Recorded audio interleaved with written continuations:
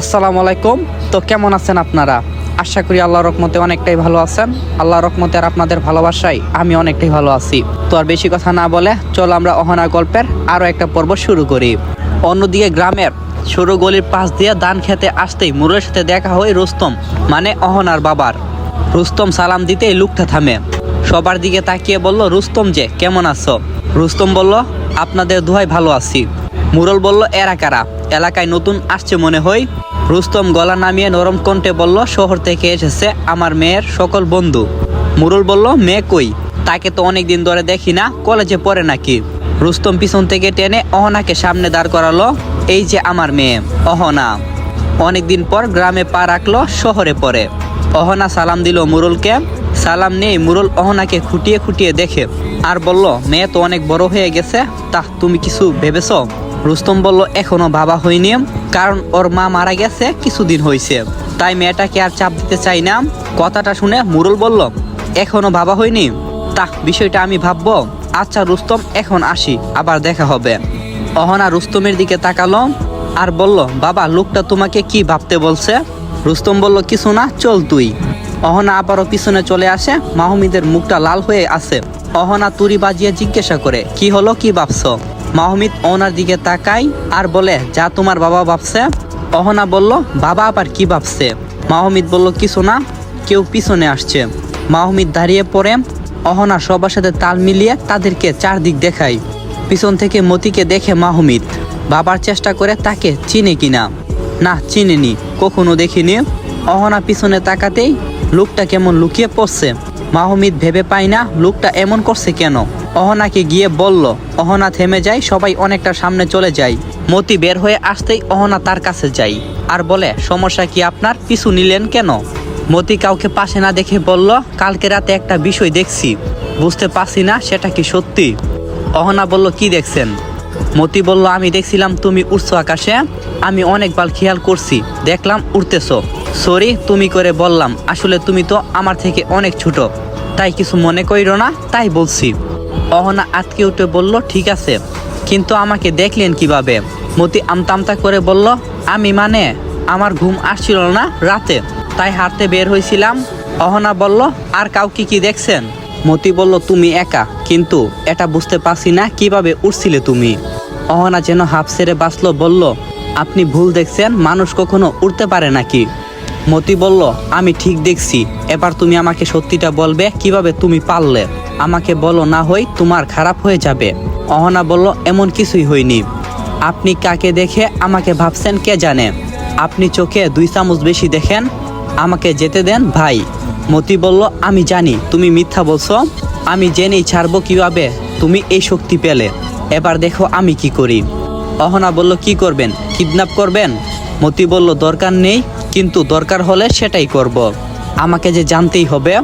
অহনা চলে যেতেই মতি তার হাত চেপে ধরে, সত্যিটা বলে যাও। আমি জানি আমি কখনো ভুল দেখতে পারি না, আমি একা নই, আরো অনেকে দেখছে, আমি না হই ভুল দেখলাম, সবাই কি ভুল দেখবে? অহনা বলল, বাহ, একটু আগে বললেন আপনি হাঁটতে বের হইছেন আর আমাকে দেখছেন, আর এখন বলতাছেন অনেকেই দেখছে। মতি বলল, কথা না বাড়িয়ে সত্যিটা বলো। অহনা বলল, হাত ছাড়ুন। মতি বলল, ছাড়বো না।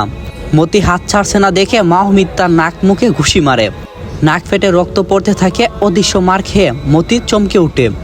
ব্যথার দিকে খেয়াল করলো না সে। এই কে মারলি আমাকে? এখানে তো কিছু গোলমাল হচ্ছে, আমি খালি চোখে দেখতে পাচ্ছি না। অহনা রাগী স্বরে বলল, নিজেকে গুটিয়ে নেন আর চলে যান।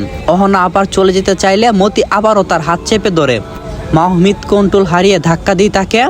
মতি আবার কিছুটা ভয় পেল, কিছু বলতে যাবে তখনই ময়না ডাকলো অহনাকে। পিছনে পড়ে যাওয়ায় সবাই ফিরে এলো। মতির এমন হাল দেখে রুস্তম জানতে চায় কি হয়েছে। মতি কোনো কথা না বলে সেই স্থান ত্যাগ করে, আর এদিকে অহনা দায়সারা হয়ে দাঁড়িয়ে থাকে। মতিকে নিয়ে ভাবছে সে, বই পাচ্ছে, এটা ভেবেছে একদিন বিষয়টা সবাই জানবে খুব শীঘ্রই। ময়না ওর কাঁধে হাত রেখে জাকি দিতেই অহনার হুঁশ ফিরে। সবার সাথে আবারও চলতে শুরু করে। দুপুর হতেই সবাই ফিরে আসে বাড়িতে। ফ্রেশ হয়ে খাবার খেয়ে নেই সবাই। বাড়িতে মাত্র 3টা রুম। এক রুমে অহনার বাবা থাকে, বাকি 2টাই অহনা আর তার বন্ধুরা। ছেলেদের জন্য একটা রুম, মেয়েদের জন্য একটা। বিকালে সবাই শুয়ে আছে। ইরা আর রুমি দিনের তোলা ছবিগুলো স্ক্রল করে দেখছে। অহনা মইনার পাশে কোমর জড়িয়ে ধরে আছে। ইরা আর রুমির ছবি তোলা দেখে মাহমিদ বলল, মেয়েরা এত ছবি তুলে কি পাই? অহনা হেসে বলল, শান্তি। মাহমিদ বলল, আর কিছুতে কি শান্তি নাই? অহনা বলল, এত প্রশ্ন করো কেন? যেটা বুঝে না সেটা নিয়ে কোনো কথা বলবে না। মাহমিদ চুপ হয়ে যায় অহনার ধমকে।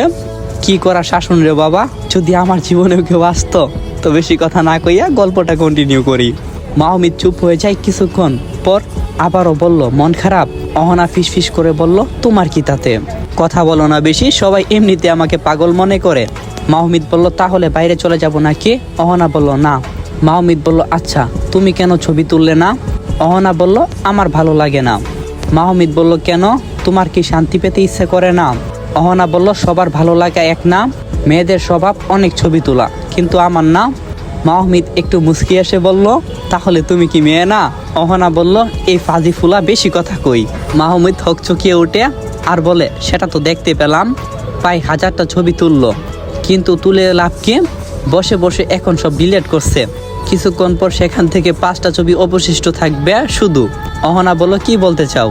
মাহমিদ বলল, তেমন কিছু না, আসলে ছবিগুলা যখন ডিলিটই করবে তাহলে তোলার কি দরকার?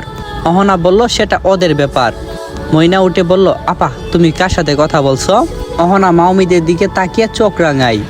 মাহমিদ বের হয়ে যায় ঘর থেকে। অহনা বলল মনে মনে, উফ, হাফ ছেড়ে বাঁচলাম। আর এদিকে মইনা অহনার কাছ থেকে কোনো উত্তর না পেয়ে আবারও শুয়ে পড়ে। অহনা উঠে পড়ে বাইরে গিয়ে দেখতে পায় মাহমিদ কলপারে তাকা একটা বেঞ্চে বসে আছে। অহনা পিছন থেকে তার কাঁধে হাত রাখে। মুহূর্তে তা ভেদ করে বের হয়ে আসলো তার বুক বারবারের মতো। মাহমিদ দীর্ঘ শ্বাস ফেলে। অহনা দেখতে পায় তার চোখ দুটো জ্বলজ্বল করছে। অহনার মনটা উহু করে উঠে, বলল, কাঁদছো নাকি? মাহমিদ নিজেকে সামলে নেই, কই না তো। অহনা বলল, আমি বুঝতে পারছি, কেন তুমি এত কষ্ট পাচ্ছ? মাহমিদ বলল, একদম না, বেশি ভাবছ। অহনা বলল, আমি ভুল বলিনি, তোমার চোখ পড়তে পারি আমি। মাহমিদ অহনার দিকে পূর্ণ দৃষ্টি দেই আর বলে, আচ্ছা মৃত মানুষ কি ভালোবাসার অধিকার রাখে না? আসসালামু আলাইকুম। তো এখানে এই পর্বটা সমাপ্ত করলাম। পরবর্তী পর্বের জন্য বেশি বেশি কফিলিং আর রিপোস্ট করো। যদি তুমগো সাপোর্টটা পাই, আশা করি পরের পর্বগুলা আরো তাড়াতাড়ি নিয়ে আসমু। তো ভালো থাইকো সবাই, আল্লাহ হাফেজ।